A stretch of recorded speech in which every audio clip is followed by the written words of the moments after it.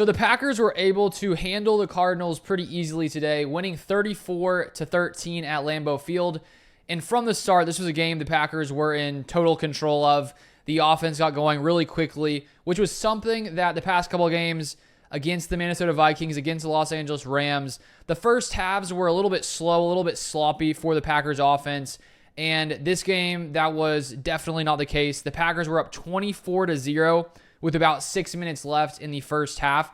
And I think part of that has to do with the fact that Jordan Love, this is now his third game starting since coming back from that MCL sprain, and he looks pretty much fully healthy. I think the broadcasters brought up that he was still wearing some kind of small brace, but he was running around out there. The Packers offense looked like they were in total control. Not really many miscues on the offensive side of the ball.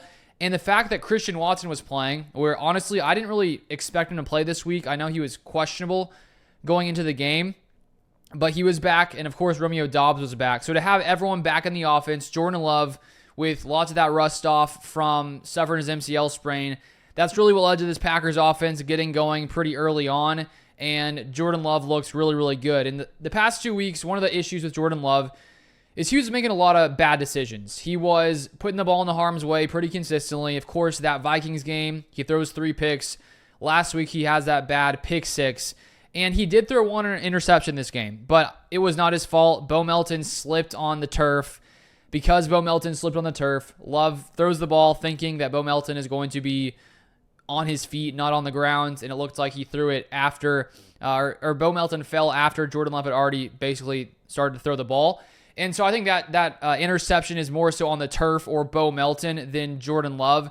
And so we saw Jordan Love play some pretty clean football today, and it was a fun game. It reminds me back early in like the 2010s where the Packers offense was so good, where they just came in, they started dominating right away, and that's really what happened here. Jordan Love finishes 22 of 32, 258 yards, 4 touchdowns to 1 interception, a 119.5 passer rating. And we all know Jordan Love had struggled with those interceptions.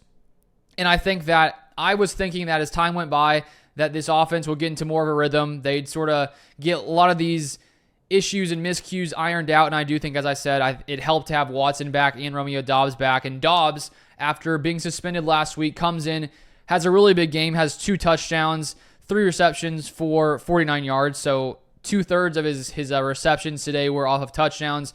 And you could see that first touchdown he caught, he scores a touchdown. You can sort of see the team come around him.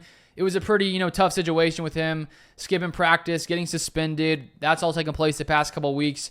And I think to have him come out here, have a big game like he did, you could tell that everyone was sort of rallying around him, whatever went down. And so that was good to see Doubs back out there and him making some plays. And then Christian Watson had a really big day, 3 receptions, had the most receiving yards, 68 yards, and then 1 touchdown. And so to have that and then running for 179 yards on 39 carries, 4.7 yards a carry. Josh Jacobs played well, 62 yards. He did only have 3.4 yards a carry. But then Emmanuel Wilson, 7 carries for 54 yards, 7.7 yards per carry. So it was a dominating day on offense from the Packers here, which is what you would hope to see against this Cardinals defense that has been one of the worst in a lot of statistical categories. They were around 25th to 27th in like points allowed, yards per play. And so I was expecting this to be a high-scoring game. I'm honestly surprised the Cardinals didn't score more based on how the Packers defense had looked previously. But today the Packers defense played really well. And so I think my score prediction was Packers 34, Cardinals 27.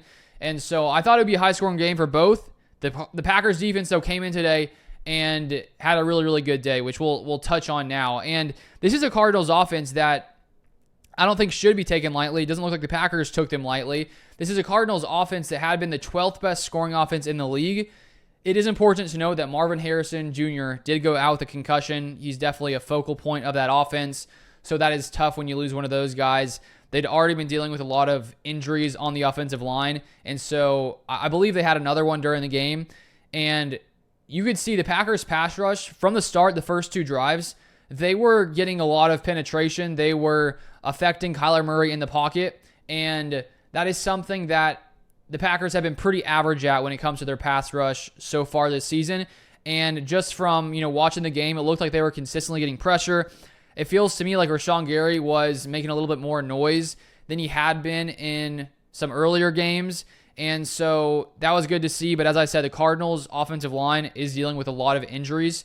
And so the Packers were able to take advantage, which is great to see. And then Kyler Murray overall, he didn't really have a great day. It wasn't necessarily bad. 22 of 32, 214 yards, 1 touchdown. He didn't throw an interception.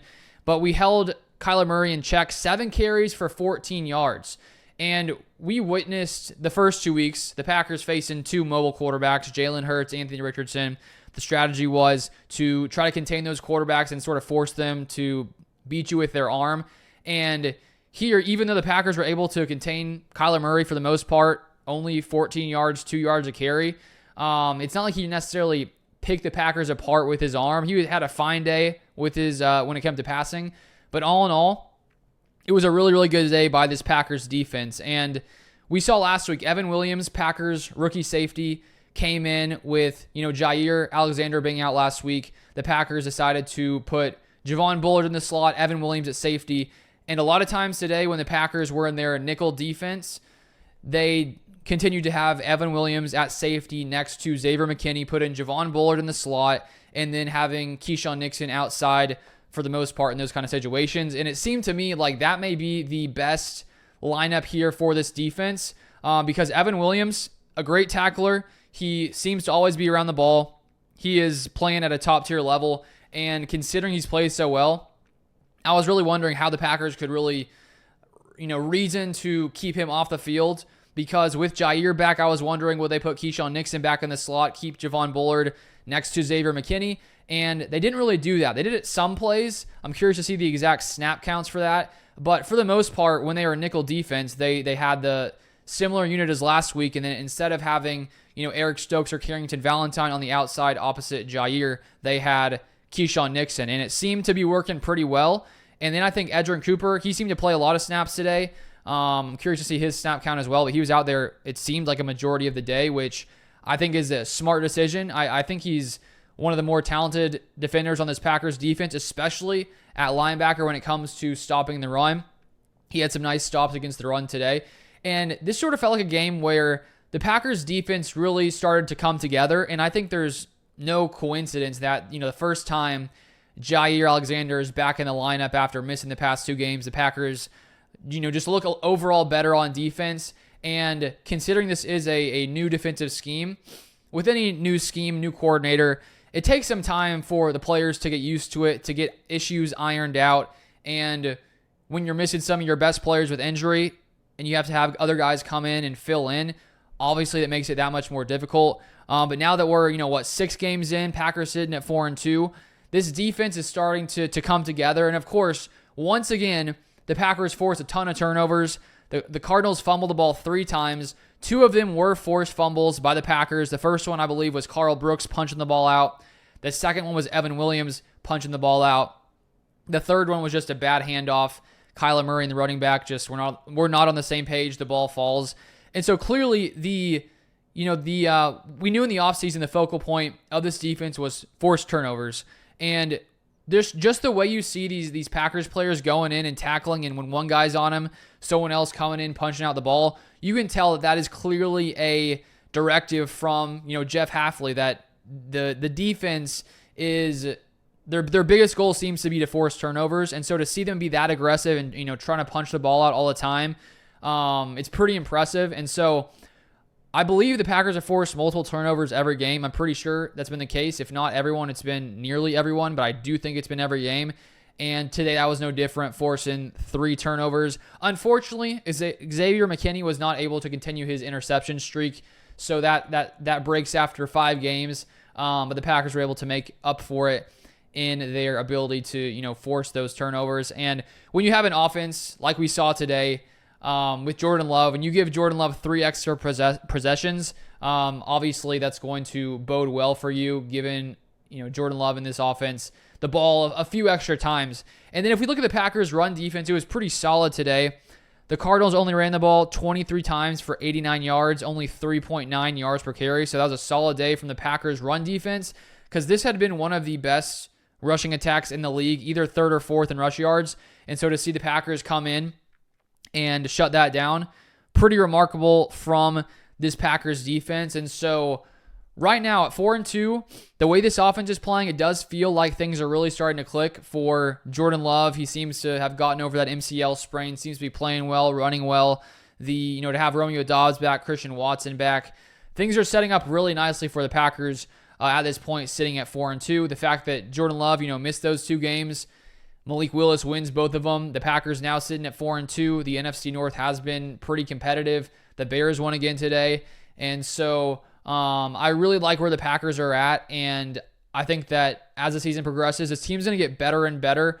And as these guys continue to hopefully stay healthy and guys like Devontae Wyatt get back from his injury, this team, is going to, I think, can continue to improve. And I think we're going to see this defense continue to take strides forward. And I think that the decision and to put Evan Williams in last week and put Bullard in the slot, I think that that's pretty much the formula for success here. It seemed to work a lot last week, and it worked a lot this week as well. And so that's good to see that lots of these rookies are actually making impact, because clearly in the draft you hope that some of your draft picks at least could come in year one and be difference makers.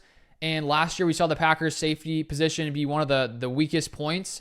And so now to see 2 Packers safeties drafted this year, Javon Bullard and Evan Williams making, big time plays, playing a lot of snaps. That's great to see. And with Javon Bullard, when he was drafted, he had experience in the slot in college. And Evan Williams, of course, has been very good at safety. And so to have a guy like Javon Bullard where he has that flexibility where if you need him at the slot position, he can play there. You need him at safety, he can play there. And so the Packers safety room was completely transformed this offseason. And I think we're going to see more and more from this Packers defense going forward. So some of the concerning areas in the past, the pass rush seemed to play a lot better today. I'm not sure if there were no sacks, and I think that's partly because Kyler Murray is so good at escaping pressure. I think that lots of other quarterbacks not named Kyler Murray would not have been able to escape as much as he did today.